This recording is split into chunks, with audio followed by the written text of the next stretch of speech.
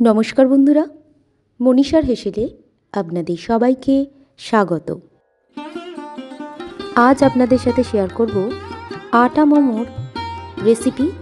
एर आगे मोमोर recipe share करा आछे, तबे एटी अत्यंत हेल्दी एकटी रेसिपि। रेसिपिटी बानानोर जोन्नो एखाने बाँधाकपि कुचिए निয়েছি, गाजर ग्रेट करे निয়েছি, एकटी काँचा लंका कुचिए निয়েছি, गोलमरिच गुঁড়ো করে নিয়েছি আর একটি মিডিয়াম সাইজের পেঁয়াজ কুচিয়ে নিয়েছি। এরপর সমস্ত উপকরণকে ভালো করে মিশিয়ে নেব। গ্রেট করা গাজর বাঁধাকপির মধ্যে দিয়ে দিলাম, কুচানো কাঁচা লঙ্কাটা দিয়ে দিলাম, পেঁয়াজ কুচানো দিয়ে দিলাম, এরপর গোলমরিচ গুঁড়ো দিয়ে দিলাম, স্বাদ অনুযায়ী লবণ যুক্ত করলাম। সমস্ত কিছুকে এরপর ভালো করে মিশিয়ে নেব।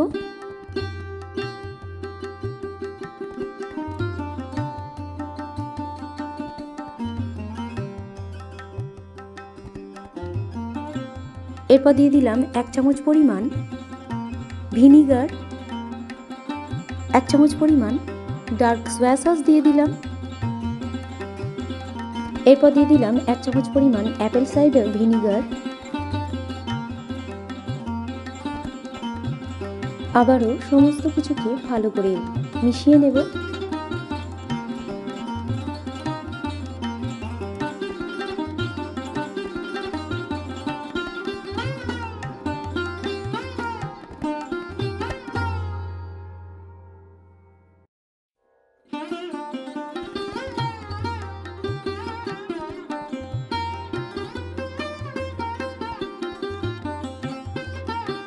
সমস্ত উপকরণকে মিশিয়ে নেওয়ার পর দিয়ে দিলাম 1 চামচ পরিমাণ আদা এবং রসুন বাটা।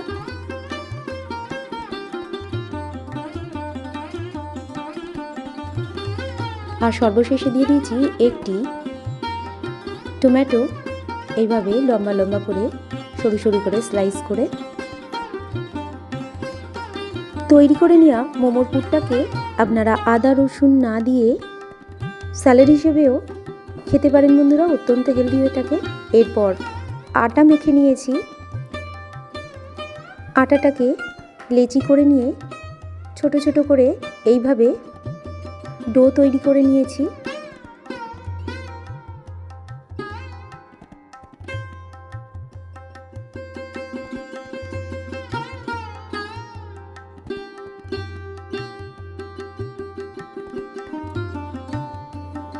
এরপর ছোট ছোট ডোগুলোকে এইভাবে বেলে নেওয়ার পর মোমো আকারে পুর ভরে গড়ে নিয়েছি।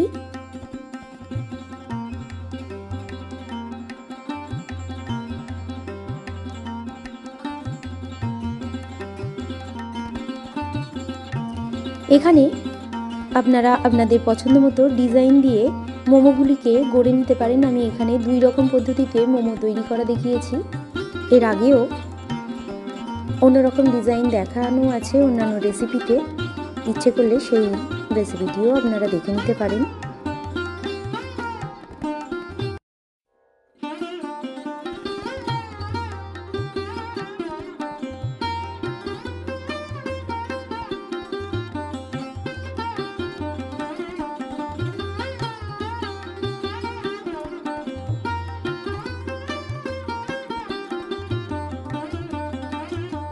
এইভাবে সমস্ত মোমোগুলিকে একে একে এখানে গড়ে নিয়ে একটি পাত্রের মধ্যে রেখে দিয়েছি।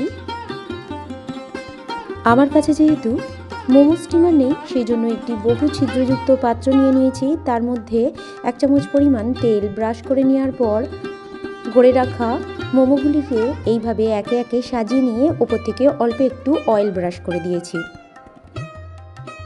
মোমোগুলিকে এবার স্টিম করে নেব, সেই জন্য একটি বড় পাত্রের মধ্যে বেশ কিছুটা পরিমাণ জল দিয়ে দিয়েছি আর অল্প একটু লবণ দিয়ে দিয়েছি। এরপর রেডি করে রাখা মোমোর পাত্রটাকে ওই বড় পাত্রের মধ্যে রেখে ঢাকা দিয়ে দিয়েছি 15 থেকে 20 মিনিটের জন্য লো টু মিডিয়াম ফ্লেমে রেখে।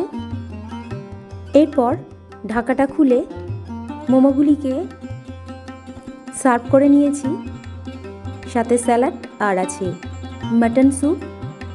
গরম গরম পরিবেশনের জন্য একেবারে প্রস্তুত। অন্যান্য রেসিপির মতো আজকের রেসিপিটি যদি আপনাদের ভালো লেগে থাকে বন্ধুরা, অবশ্যই আমার এই ছোটো চ্যানেলকে এগিয়ে যেতে সাহায্য করবেন, লাইক করবেন, কমেন্ট করবেন, শেয়ার করবেন। আর চ্যানেলে নতুন কোনো বন্ধু হয়ে থাকলে চ্যানেলটিকে সাবস্ক্রাইব করে পাশে থাকবেন। এই ধরনের রেসিপি সবার প্রথম দেখার জন্য পাশে থাকা বেল আইকনটিতে প্রেস করে রাখবেন। আর ফেসবুক থেকে কেউ দেখে থাকলে পেজটিকে ফলো এবং লাইক করে রাখবেন। রেসিপিটি শেষ পর্যন্ত দেখার জন্য আপনাদের সবাইকে ধন্যবাদ। সবাই ভালো থাকবেন, সুস্থ থাকবেন। আবারও চলে আসব নতুন কোনো রেসিপি নিয়ে।